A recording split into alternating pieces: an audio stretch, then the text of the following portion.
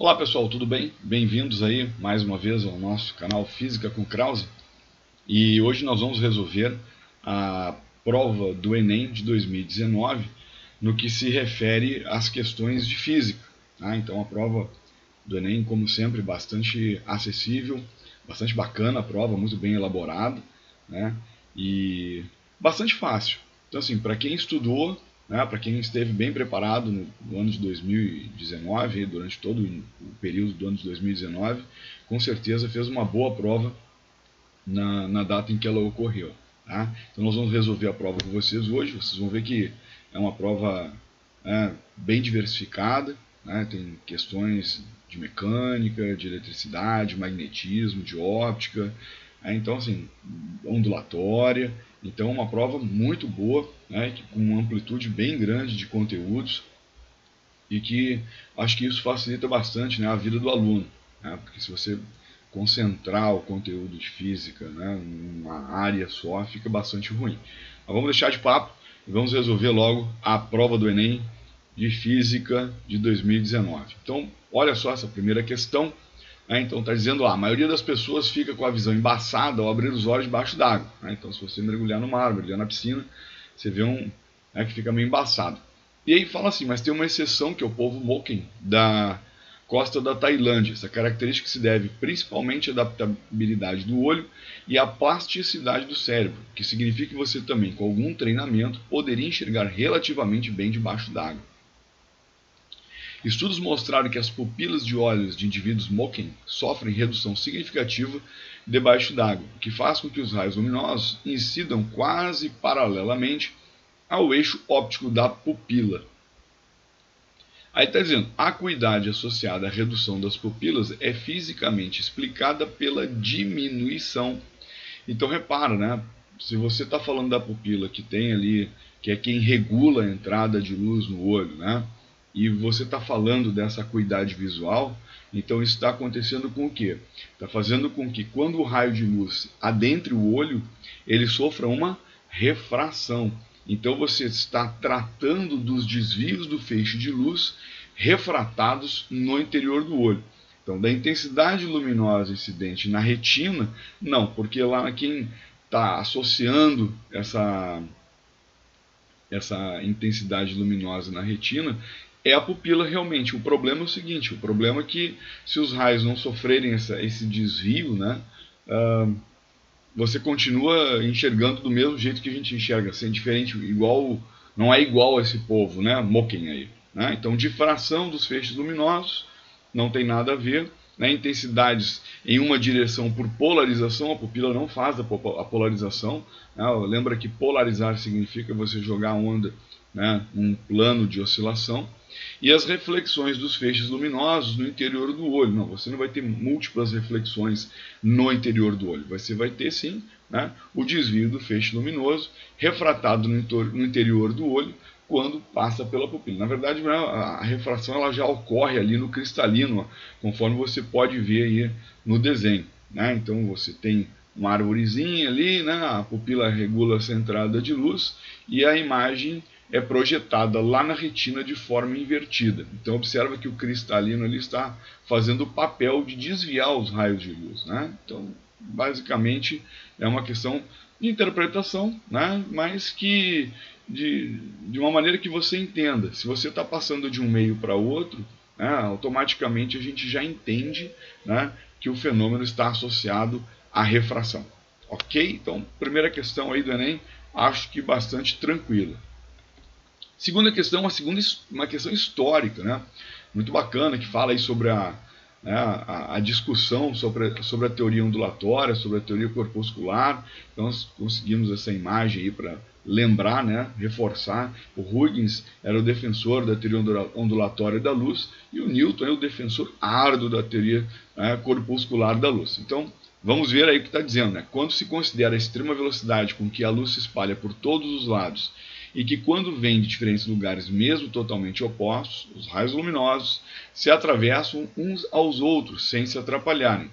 Compreende-se que quando vemos um objeto luminoso, isso não poderia ocorrer pelo transporte de uma matéria que venha do objeto até nós, como uma flecha ou bala atravessa o ar. pois certamente isso repugna bastante essas duas propriedades da luz, principalmente a última. O texto contesta que concepção acerca do comportamento da luz. Bom, se ele está dizendo ali que deveria haver essas colisões, né, então contesta a teoria corpuscular, que era defendida por Newton. Uma outra coisa que você poderia, já no próprio, na própria citação ali, ó, né, tratado sobre a luz de Christian Huygens, se você estudou um pouco de história da física, você já sabe que o Huygens era um defensor árduo da teoria ondulatória. Então, ou seja, ele está escrevendo algo, né, que vai contra a teoria corpuscular. Então, vamos lá. O entendimento de que a luz precisa de um meio de propagação, difundido pelos defensores da existência do éter, não, ele não está contrariando isso. O modelo ondulatório para a luz, não, justamente o contrário, né? Ele está contrariando o modelo corpuscular, o modelo da partícula.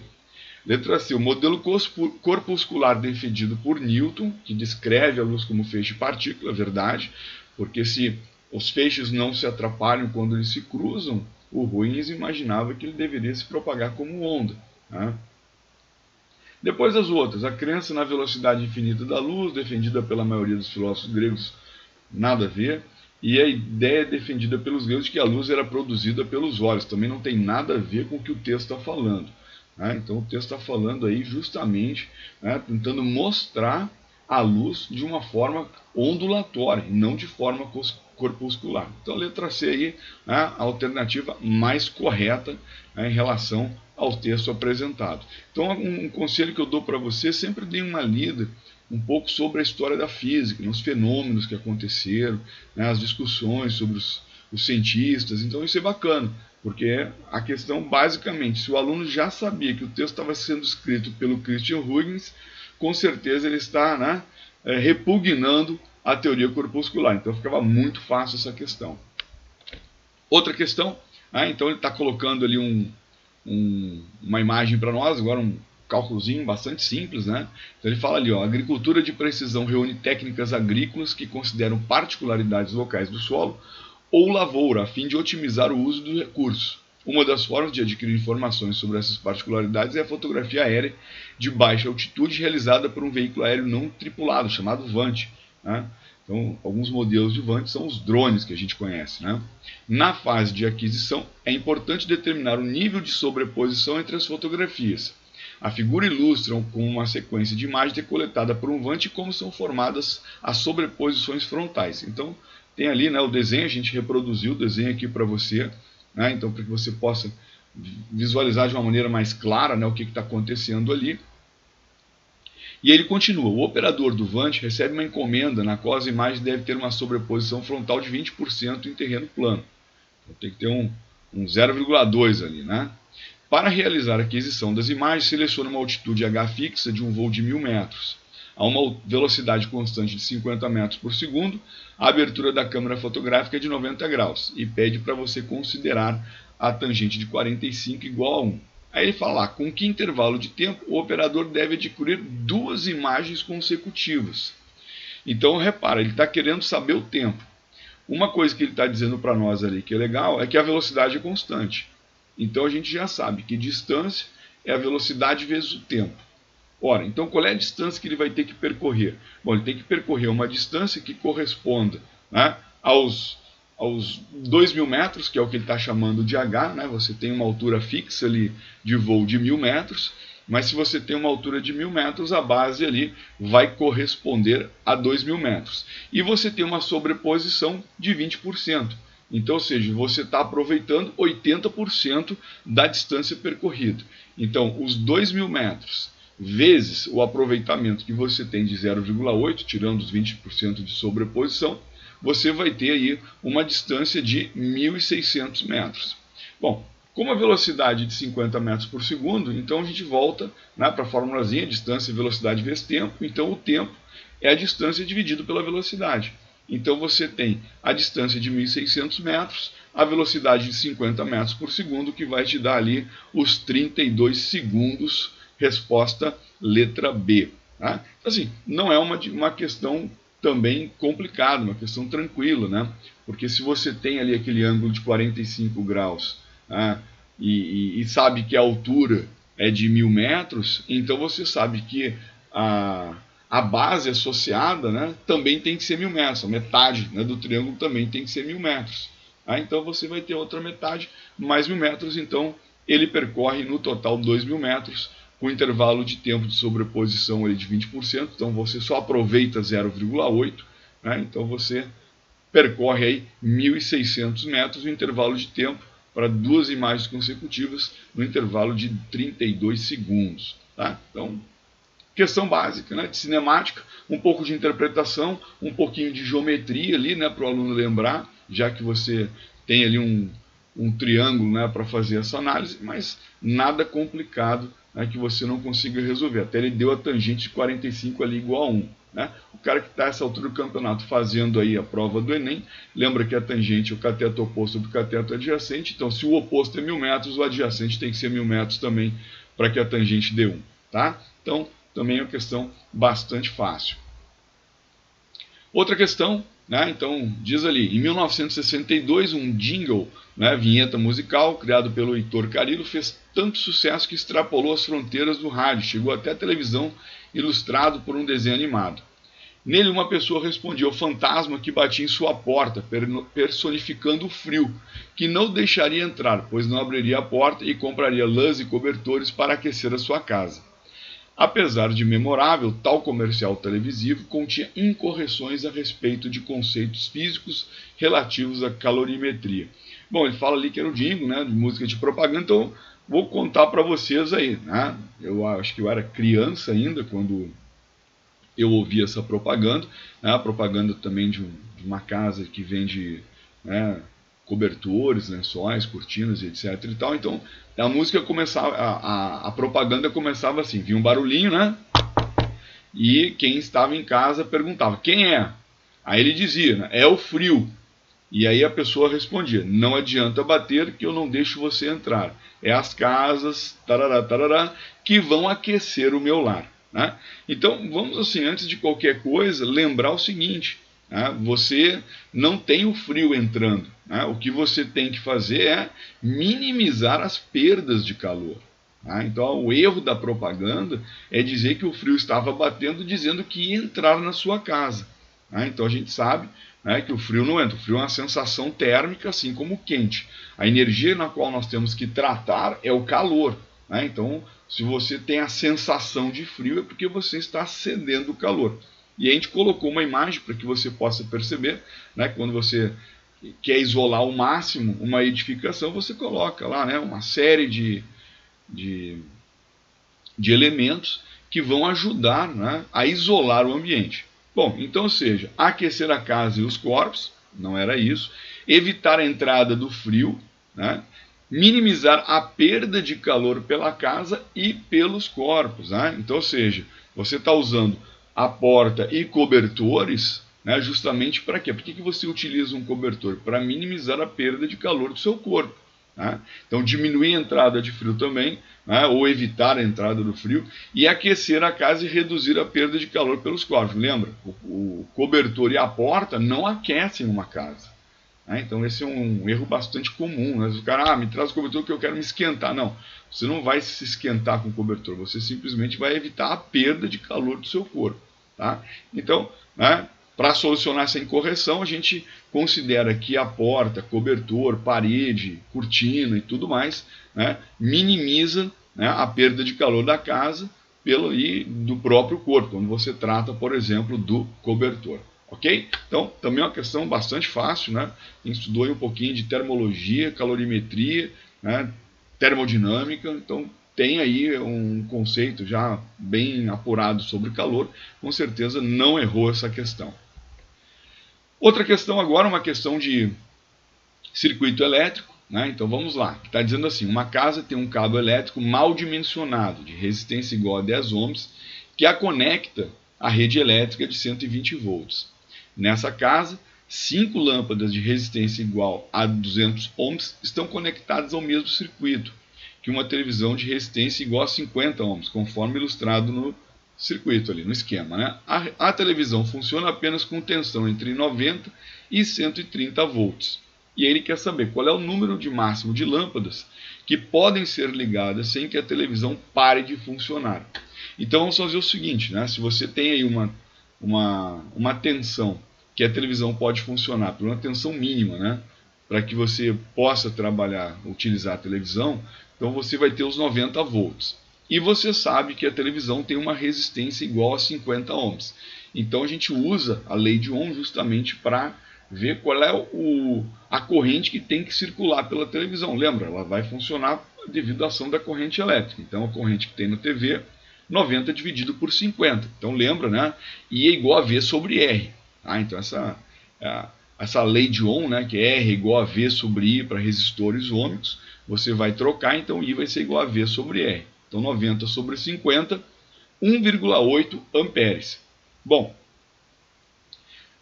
as lâmpadas, o circuito que você tem ali está com um resistor de 10 ohms, quantos volts vão sobrar para ele? Então você tem lá 120 volts, né, 90 volts vão servir para a televisão, então o potencial na qual aquele resistor ali vai ter que puxar vai ter que ser um potencial de 30 volts. Outra coisa, a resistência dele é de 10 ohms. Então, se ele tem 30 volts e a resistência dele é de 10 ohms, por ele tem que circular 3 amperes. Então vamos lá, o que nós temos? Nós já sabemos que pela televisão tem que circular uma corrente de 1,8 amperes. Já sabemos também que aquele resistor ali vai puxar um potencial de 30 volts e vai ter uma corrente que vai passar por ele de 3 amperes. Joia. Então vamos agora achar qual é o potencial dessas lâmpadas, né? Então você tem o que ali? Você tem uma lâmpada que vai estar operando, como está em paralelo, né? Está todo mundo em paralelo, então todo mundo vai puxar ali aqueles 90 volts. Então 120 estão ligados ao gerador, o resistor de 10 ohms puxa 30 volts para ele, então o resto do circuito, todas as lâmpadas e a TV vão estar submetidos a 90 volts. Joia. Então eu já sei que a televisão tem 90 volts, corrente de 1,8 amperes e que o resistor puxa 30 volts e por ele passa uma corrente de 3 amperes. Agora vamos ver qual é a corrente que cada uma dessas lâmpadas vai puxar. Então eu sei lá que a corrente da lâmpada vai ser o quê? V sobre R. Então 90 sobre 200 vai dar 0,45 amperes. Então cada lâmpada tem que puxar 0,45 amperes. Então o que eu vou fazer? Eu sei, vamos lá, está circulando 3 amperes saindo ali do meu gerador. A televisão puxou 1,8. Sobrou N vezes 0,45, né, que é a corrente de cada lâmpada. Então o que eu vou fazer? Eu vou pegar 3 menos 1,8, que é o que a TV está puxando para ela, vai ficar 1,2 e vou pegar 1,2 e vou dividir por 0,45. E aí quando eu divido por 0,45, eu tenho ali 2,67. Agora o aluno vai ficar assim na dúvida. Eu falei, 2,67, eu vou arredondar para mais ou vou arredondar para menos? Pensa o seguinte, se você colocar ali 3 lâmpadas, o que vai acontecer? Você vai ter que puxar mais corrente, não vai dar certo. Então você vai colocar apenas 2 lâmpadas. Então você tem ali o número máximo de lâmpadas que você pode ligar é o número correspondente a 2 lâmpadas. Isso dá a letra B aí na prova do Enem, tá? Então assim, de novo, né, uma questão que o cara tem que montar o quebra-cabeça. Você tem um circuito, você tem um resistor, tem uma televisão e tem lâmpadas. O resistor, observa que ele está em série. Então ele já causa uma queda de potencial para ele, que deu ali, a gente fez a conta e deu 30 volts, porque a televisão está puxando 90. Né? Então isso dá os 120 volts do gerador. O que eu vou fazer agora? Vou determinar qual é a corrente que vai circular para essas lâmpadas. Então cada lâmpada tem que puxar 0,45. Só que os 3 amperes que estão chegando no circuito, já 1,8 está indo para a TV. Então você tem o restante, 1,2 amperes, que vai ser dividido ali por 0,45 e isso vai dar 2,67. Não pode colocar mais lâmpadas, senão vai puxar mais corrente. Então você tem que utilizar apenas 2 lâmpadas para resolver o teu problema ali de lâmpadas ligadas no teu circuito. Ok? Então, mais uma questãozinha, né? Tem um quebra-cabeça bacana, mas repara na resolução do exercício que não tem nenhum cálculo complexo. Não é nenhum cálculo complicado, você tem que saber a fórmula. Né? Perceba que você tem que saber a fórmula. E basicamente utilizou o que? A lei de Ohm. Né? Então a lei aí do resistor ôhmico. Né? R igual a V sobre I. Tá bom? Então vamos para a próxima questão aí. Outra questãozinha agora, uma questão de conservação de energia. Então ele vem falando ali, ó, né? Numa feira de ciências, o estudante utilizará o disco de Maxwell, chamado ioiô, para demonstrar o princípio da conservação da energia. E tem duas etapas essa apresentação. Né? Então a primeira, a explicação de que à medida que o disco desce, parte de sua energia potencial gravitacional é transformada em energia cinética de translação e energia cinética de rotação. Então ele está fazendo isso, né?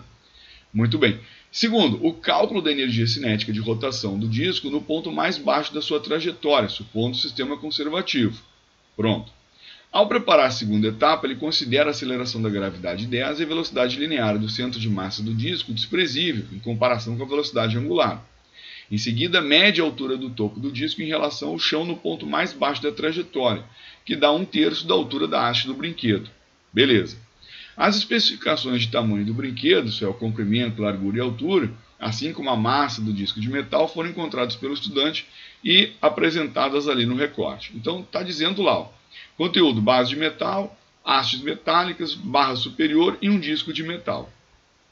Tamanho: né, o comprimento 300 mm, né, largura 100 mm e altura 410 mm. Massa do disco de metal 30 gramas. O resultado do cálculo da etapa 2 em Joule é...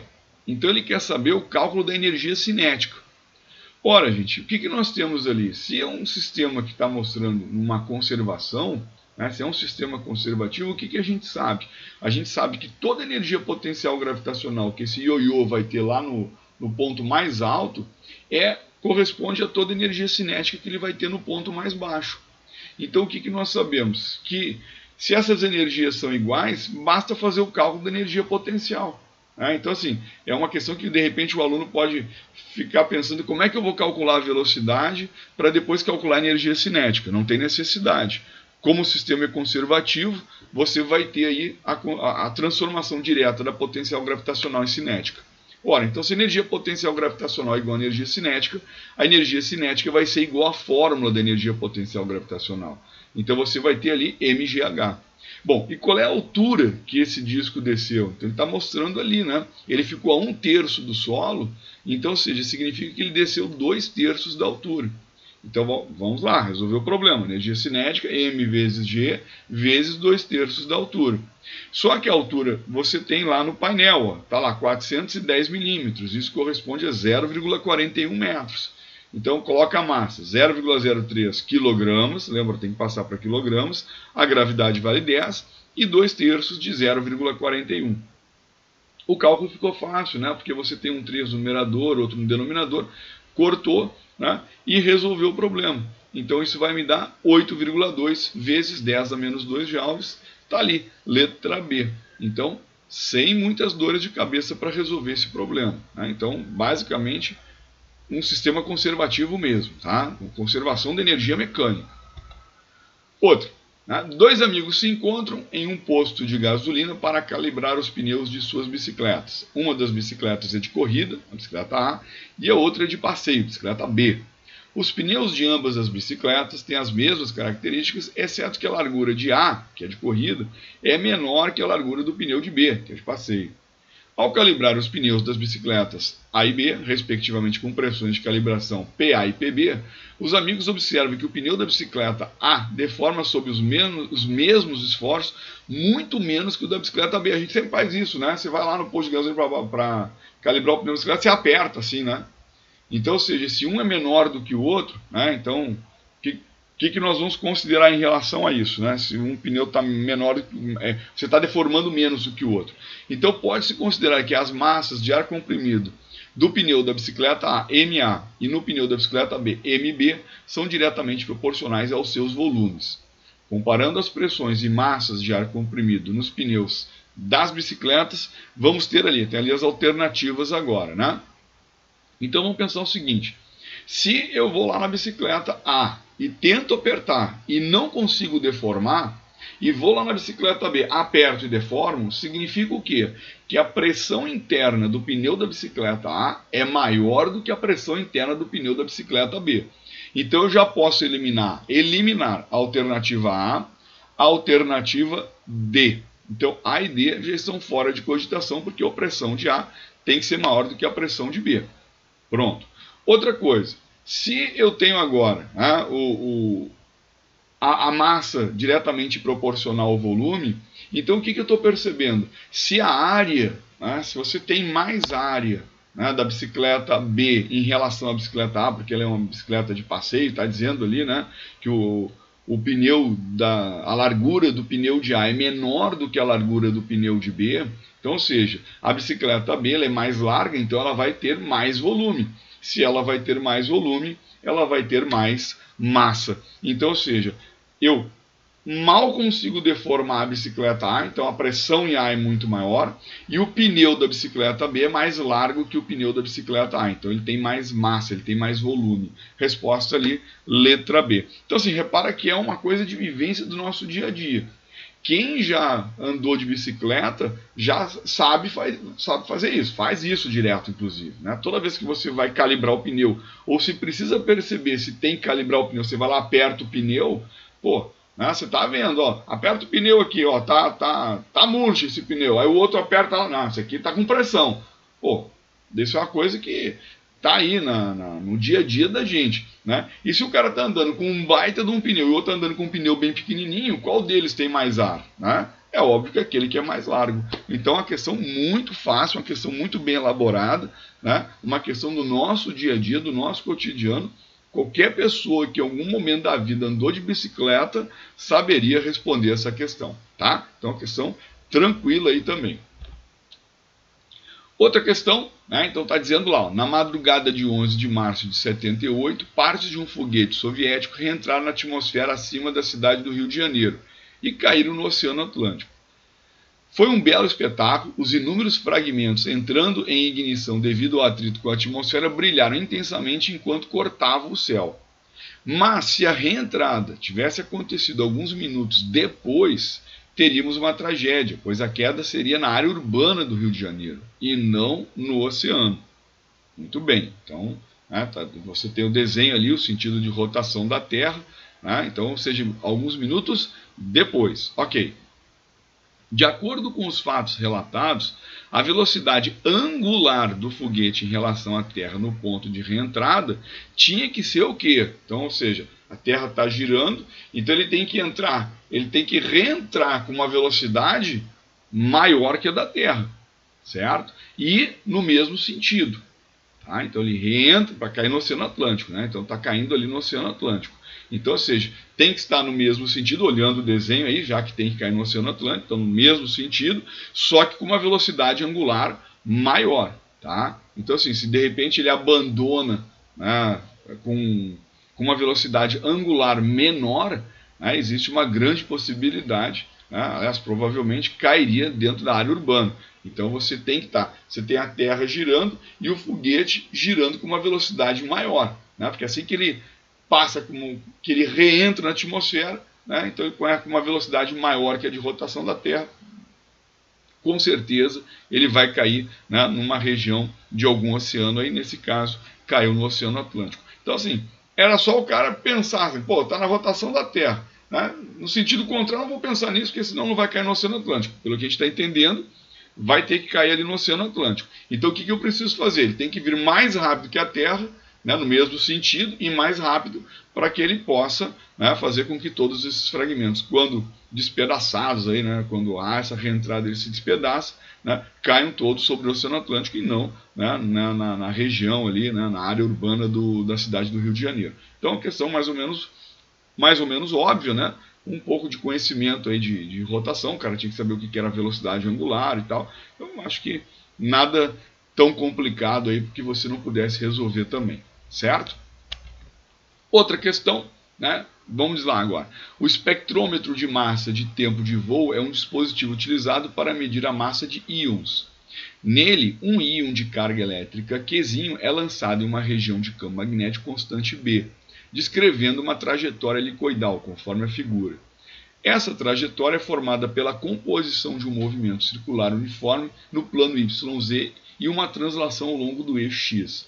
A vantagem desse dispositivo é que a velocidade angular do movimento helicoidal do íon é independente de sua velocidade inicial.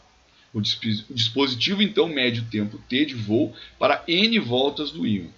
Logo, com base nos valores da carga, do campo, do número de voltas e do tempo, pode-se determinar a massa do íon. A massa do íon medida por esse dispositivo será, bom, está seguindo ali uma trajetória helicoidal, né? Então a gente tem que saber qual é o tempo necessário para você dar essa volta helicoidal, realizar esse movimento, né? Então a gente sabe que o período é igual a 2πm sobre Qb. Tá? Então, primeira coisa aí, né, você determinar o tempo. Então o aluno muitas vezes já sabe como é que se determina esse período aí. Então você pode lembrar, né, a partir lá da igualdade, né, da força centrípeta com a força magnética. Né? Então você que está estudando eletromagnetismo, né, então vai lá em força magnética de Lorentz, né, você vai ter lá a força magnética de Lorentz igual a BQV, né, seno θ. Então você sabe que o campo é perpendicular, então 90 graus, então a força magnética é igual a BQV. Né? Você iguala esse BQV com a força centrípeta, que é mv2 sobre R. Você vai cortar um V com o outro, vai sobrar apenas um V. E aí você sabe que quando você tem esse V, né, você vai relacionando, né, com outras grandezas, né, e vai chegar a esse resultado aí. Então, acho que não tem grandes problemas, né? Acho que você consegue tranquilamente resolver esse problema. Lembrando, né, a velocidade é dada de que maneira? Né? Então é 2πr sobre t. Né? E esse t já é o próprio período. Né? Então você já tem aí uma maneira de encontrar o período. Mas aí a gente já lançou a fórmula pronta. Né? Então, ou seja, os livros já dizem para você, né, a fórmula que você tem para calcular o tempo de uma volta. Né? Então ele quer saber, né, a massa do íon. Então, para n voltas, né? Então, ao invés de usar tempo, que é para uma volta, a gente usa um tzinho ali, que seria equivalente a n voltas. Então, n, 2πm sobre Qb. Né? Então, passa o Qb para um lado multiplicando, fica o n 2πm do outro lado, e aí você isola somente agora a massa. Né? Então, a massa Bqt sobre 2πn. Tá? Então, assim, mais uma vez o Enem cobrou uma questão de eletromagnetismo, uma questão bastante tranquila. Né? Agora, o aluno precisava saber, né, resolver, saber a fórmula, né? Ou pelo menos chegar na fórmula. Então você que está estudando aí a força magnética de Lorentz, né, que está fazendo esse estudo, então aconselho você a dar uma lida, né, um cálculo do raio da trajetória circular lá, né, o raio do elétron, né, que está orbitando, né, na trajetória circular, R igual a mv sobre Bq, né, o período, a frequência. Né. Nesse caso, em trajetória helicoidal, por exemplo, você pode calcular o passo também, né, ou seja, a distância entre duas cristas ali da trajetória helicoidal. Então, tudo isso tem uma fórmula pronta já. Então, aqui a gente colocou a fórmula do período, né, 2πm sobre Qb, mas esse é para uma volta só. Como ele estava dando n voltas, a gente agora usa o ΔT, então, ou um t, né, o tempo necessário para n voltas. E aí você isolou ali o que ele queria, que era a massa desse dispositivo. Então, resposta aí, né, associada ao nosso cálculo, a letra A. Ok? Outra questão. As redes de alta tensão para a transmissão de energia elétrica geram um campo magnético variável suficiente para induzir corrente elétrica no arame das cercas. Tanto os animais quanto os funcionários das propriedades rurais ou das concessionárias de energia devem ter muito cuidado ao se aproximarem de uma cerca, quando ela estiver próxima de uma rede de alta tensão, pois se tocar no arame da cerca pode levar um choque elétrico, né? Pode sofrer com choque elétrico. Para minimizar esse tipo de problema, deve-se, letra A, fazer o aterramento dos arames da cerca. Pronto, acabou. Porque repara, se você tem algo que está eletrizado, né, e nesse caso, devido ao distanciamento, o processo de eletrização se dá por indução. Né? Então você vai ter uma indução. O que você vai fazer? Você liga o fio terra, né, os elétrons em excesso vão escoar, e você vai ter o corpo neutralizado. Então faz o aterramento dos arames da cerca. Acrescentar fusível de segurança.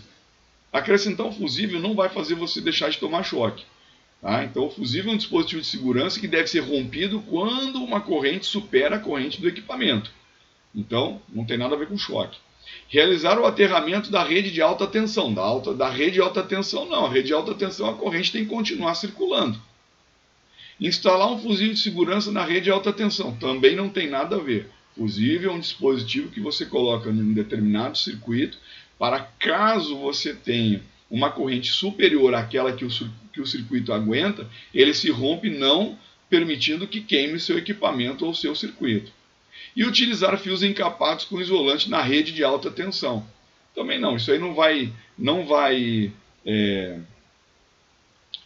fazer com que deixe de induzir, né, a eletrização nas cercas, na corrente elétrica nas cercas. Então, usar fio encapado com isolante na rede de alta tensão não vai resolver esse problema. Então, o problema é fazer o aterramento. Você tem a cerca elétrica, vai lá, puxa um fiozinho até o chão ali, faz o terra, pronto, acabou, está resolvido o problema, letra A. Né? Então, a questão bem fácil, né?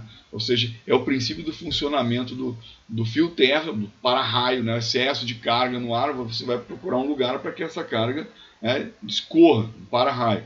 Você tem lá o seu equipamento ligado à rede elétrica, para você não ficar tomando choque nele, o que você faz? Liga o fio terra, pronto, você não tem esse problema. Então, ou seja, para você evitar o choque, faz o aterramento, ok? Outro problema, né? Então, os olhos humanos normalmente têm 3 tipos de cones responsáveis pela percepção das cores. Um tipo para tons vermelhos, um para tons azuis e outro para tons verdes. As diversas cores que enxergamos são o resultado da percepção das cores básicas, como está mostrando a figura aí. Aí fala assim, a protanopia é um tipo de daltonismo em que há diminuição ou ausência de receptores da cor vermelha. Tá? Considere um teste com 2 voluntários, uma pessoa com visão normal e outra com caso severo de protanopia. Nesse teste, eles devem escrever a cor dos cartões que lhes são mostrados. São utilizadas as cores indicadas na figura. Para qual cartão os 2 voluntários identificarão a mesma cor? Então, repara, né? Vamos ver aqui o que está acontecendo aqui. Se você pegar o vermelho, então vamos ver as alternativas que nós temos ali. Vermelho, magenta, amarelo, branco e azul. A gente sabe que o cara tem dificuldade de não enxergar a cor vermelha. Então você não pode enxergar nada que esteja na cor vermelha ou associado ao vermelho. Então ele não pode ver o vermelho, ele não pode ver o magenta, ele não pode ver o amarelo e não vai ver o branco, né? Porque são as 4 cores ali associadas ao vermelho. Então vermelho, magenta, amarelo e branco. Nenhum desses ele pode enxergar. Né? Porque o que é o magenta? É a fusão do vermelho com o azul. O que é o amarelo? É a fusão do vermelho com o verde. O que é o branco? É a fusão do azul com o vermelho e com o verde. Então, ou seja, a única cor que corresponde ali ao que ele pode enxergar é o azul. Tá? Repara, mais uma informação que eu estou colocando ali para você perceber. Ele não poderia ter colocado, por exemplo, nas alternativas azul e verde. Tá? Então, a resposta poderia ser o azul. A resposta poderia ser o ciano. A resposta poderia ser o verde. Uma dessas 3 poderiam ser a resposta. Tá? Mas ele colocou ali a letra azul. Então, ou seja, tá? Dentre essas alternativas, eles vão identificar a mesma cor, que é a cor azul. Ok? Então sobrou apenas o azul aí, que não é a mistura de nenhuma das outras, do vermelho com outras cores. Então, também bem cássio, uma questão de eliminação, né? Então, assim, isso o pessoal estuda muito lá em matemática, acho, na parte de conjuntos, né? Você tem as pessoas que vestem vermelho, as outras vestem amarelo. Quem não veste vermelho nem amarelo, ou quem está vestindo vermelho e amarelo ao mesmo tempo. Então, assim, repara que é um conjuntinho aí, né? Você está percebendo que onde não houver intersecção com o vermelho, provavelmente, né, os 2 vão enxergar a mesma cor. Então, o azul aí seria a resposta. Tá? Outro problema. O objetivo de recipientes isolantes térmicos é minimizar as trocas de calor com o ambiente externo. Essa troca de calor é proporcional à condutividade térmica K e à área interna das faces do recipiente, bem como a diferença de temperatura entre o ambiente externo e o interior do recipiente. além de ser inversamente proporcional à espessura das faces. A fim de avaliar a qualidade de dois recipientes, o A e o B, de faces de mesma espessura, uma estudante compara suas condutividades térmicas, Ka e Kb. Para isso, suspende dentro de cada recipiente blocos idênticos de gelo a 0 graus Celsius, de modo que sua superfície esteja em contato apenas com o ar. Após o intervalo de tempo, ela abre os recipientes enquanto ambos ainda contêm um pouco de gelo. E verifica que a massa de gelo que se fundiu no recipiente B foi o dobro do que se fundiu no recipiente A. A razão Ka sobre Kb é mais próxima de... Bom, gente, agora tem que lembrar da lei de Fourier, né? O fluxo térmico, né? Então tem lá, qual é a formulazinha? O fluxo térmico, Ka delta T sobre E, é a constante vezes a área vezes a variação da temperatura dividido pela espessura, né? E a gente sabe também que o fluxo também pode ser dado, também chamado de potência térmica, pode ser dado pelo calor dividido pelo tempo. Calculamos as áreas, então a área de A com a área de B, né? Então a área de A 40 vezes 40, né, vezes 6, né, então 9.600, e a área AB, né, então vai ser 40 vezes 40 por 2, mais 40 vezes 60 por 4. Lembra, é uma estrutura cúbica, tá? Então tem que ser toda a área da superfície externa, tá? Lembra disso, a área da superfície externa, toda ela tem contato com o gelo. Bom, agora vamos isolar o K, tá? Então você tem aí a fusão do gelo. Então, ao invés, né, de trabalhar com calor sensível, você vai trabalhar com calor latente. Então, vai ser massa vezes a latência vezes E, dividido pela área vezes ΔT da temperatura vezes ΔT do tempo. Tá? Então, você tem aí, né, os dois Ks aí. Dois T's, ΔTs. Um para a temperatura, com T maiúsculo, e o outro para o tempo, com T minúsculo.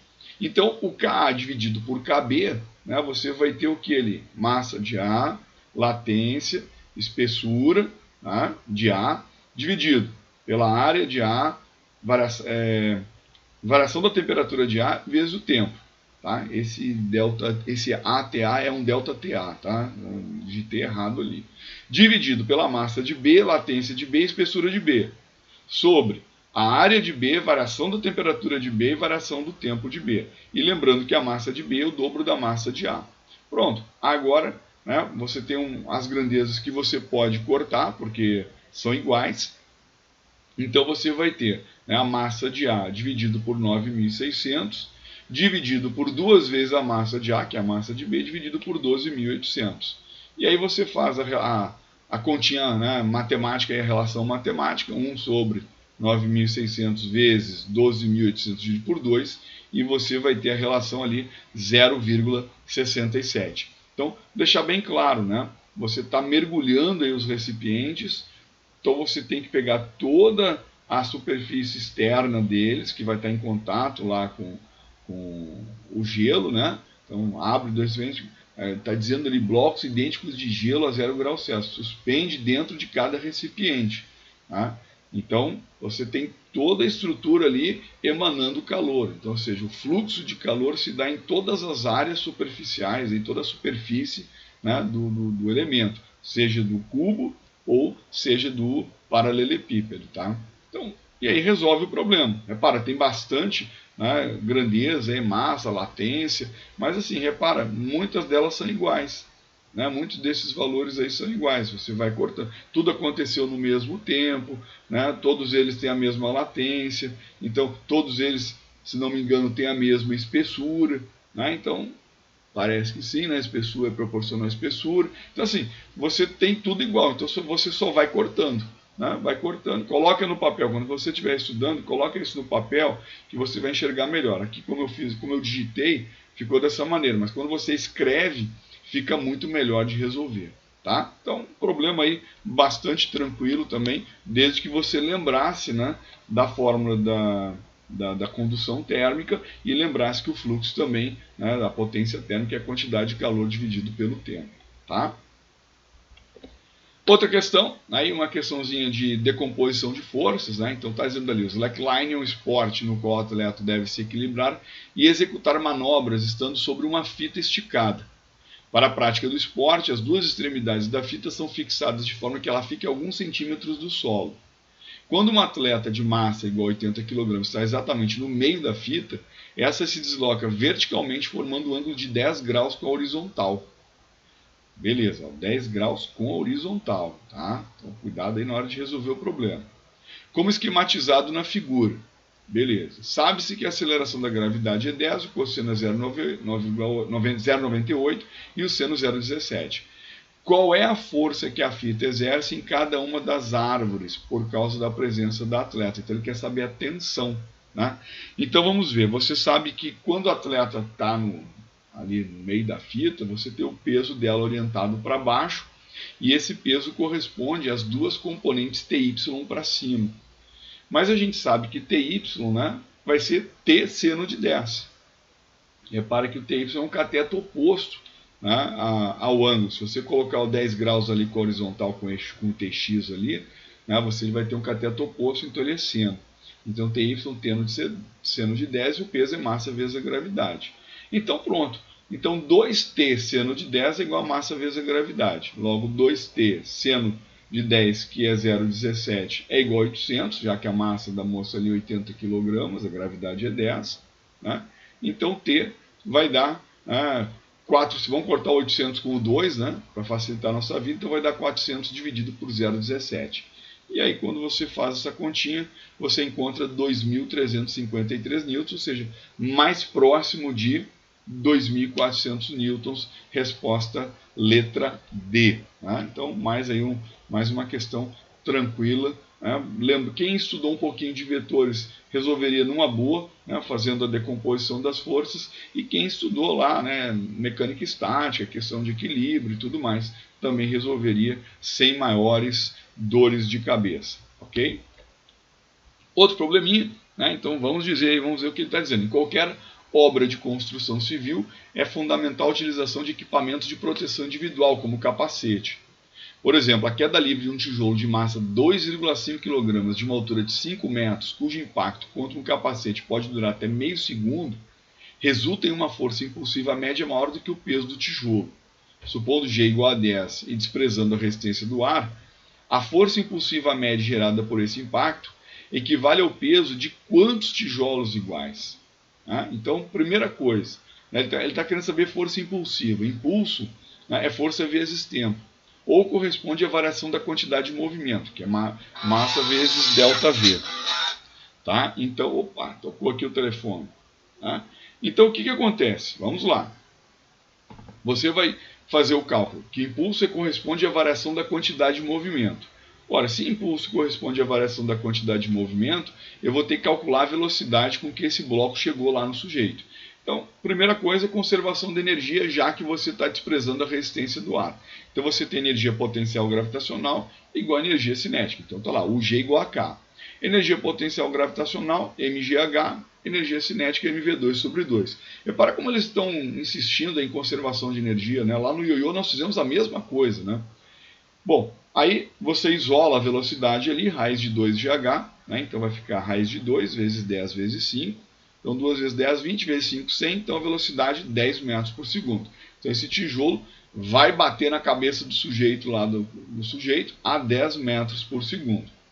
Bom, vamos lá. O impulso corresponde à variação da quantidade de movimento.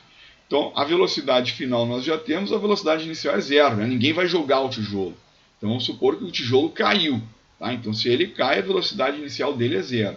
Então, a força vezes o tempo, né, é a massa vezes a velocidade. A força vezes o tempo de meio segundo é igual à massa do tijolo, que é de 2,5 kg, vezes a velocidade de 10 metros por segundo. Ora, então você vai ter uma força aí de 50 newtons. Então o impacto, né, na cabeça do sujeito vai corresponder a 50 newtons. Como a gente sabe que a massa do tijolo é de 2,5 kg, então o peso dele é de 25 newtons. Ora, se o impacto na cabeça do sujeito vai ser de 50 newtons, esse impacto vai corresponder ao dobro do peso do tijolo. Né? Então, ou seja, equivale ao peso de quantos tijolos? 2 tijolos. Resposta letra A. Tá? Então, pela conservação de energia, descobrimos a velocidade. Por que eu descobri a velocidade? Porque eu sei que impulso é variação da quantidade de movimento.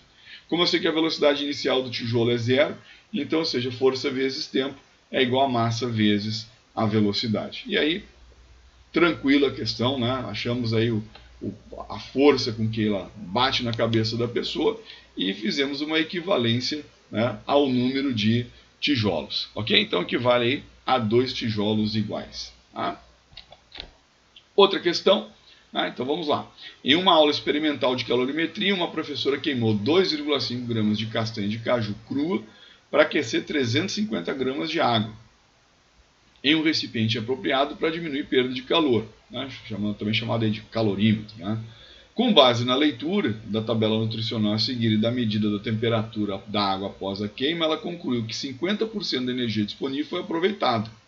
O calor específico da água é 1, né, caloria por grama grau Celsius, e a temperatura 20 graus Celsius. Então tá lá, ó. Valor energético, né, uma porção de 10 gramas, que corresponde a 2 castanhas, 70 quilocalorias, carboidrato, proteína, gordura. Qual foi a temperatura em graus Celsius medida ao final do experimento? Então olha só, vamos começar a fazer as contas aí. Você sabe que 10 gramas correspondem a 70 mil calorias, ou 70 quilocalorias. Né? Então, 2,5 gramas, que foi o que ela queimou, vai corresponder a X calorias. Então, esse X aí, a gente faz a continha ali, deu 17,5 quilocalorias. Ou seja, 17.500 calorias. Então, vamos lá, vamos voltar para a questão. Se você pegar 10 gramas, você tem um valor energético de 70 mil calorias. Como a professora queimou 2,5 gramas, você vai ter X calorias. Esse X equivale a 17,5 quilocalorias, ou seja, 17.500 calorias. Mas ela fala que apenas 50% dessa energia foi aproveitada. Então, somente a metade de 17.500 foi aproveitada, ou seja, 8.750 calorias realmente foram aproveitadas. Aí você vai usar Q igual a MC delta T. Né? Então, você sabe que a quantidade de calor utilizada foi de 8.750, a massa de água que ela aqueceu foi de 350 gramas, o calor específico, 1 caloria por grama grau Celsius, e a variação da temperatura. Fazendo a continha, a variação da temperatura foi de 25 graus Celsius. Como a temperatura da água inicialmente era 20 graus Celsius e você tem um aquecimento de 25, isso mostra que a temperatura final adquirida no experimento foi de 45 graus Celsius, ou seja, letra C. É uma questão de quem estudou calorimetria, né? Com certeza no colégio, no cursinho, em casa, você estudou problemas muito mais difíceis de calorimetria. Então esse aí, né, uma questão bastante tranquila. Você tinha que só fazer essa regrinha de 3 inicial aí para saber o quanto de energia você utilizou para aquecer a água. E aí depois era só usar o Q igual a MC delta T, que todo mundo ensina como sendo o que macete, né? Então questão também bastante acessível para você. E é isso aí, pessoal. Então, essa foi a prova do Enem de 2019. Não foi uma prova difícil, né? Uma prova com bastante conta, bastante cálculo, algumas questões que rapidamente você respondia, algumas que você precisava de um pouco mais, né, de tempo para entender o que estava acontecendo, mas nada assim de outro mundo, nada que a gente dissesse, não, realmente eles vacilaram nessa questão, quiseram prejudicar o aluno, não. Questões bastante acessíveis, questões muito boas de serem resolvidas e que eu acredito, né, que quando nós tivermos agora o Enem de 2020 também vamos ter questões assim muito boas para você resolver. Você que está estudando, se preparando para o Enem de 2020, né, foco nos estudos aí e sucesso no seu futuro, né, na prova já agora do ano de 2020. Pessoal, muito obrigado pela atenção de vocês. Foi um privilégio ter estado aqui com vocês e até mais ver, se Deus quiser, com mais resoluções das questões de física, de vestibulares, concursos, ou seja lá o que for que a gente encontra pela frente e joga aí na grande rede para que todo mundo tenha acesso. Tá certo? Valeu, pessoal, muito obrigado e até mais ver, se Deus quiser.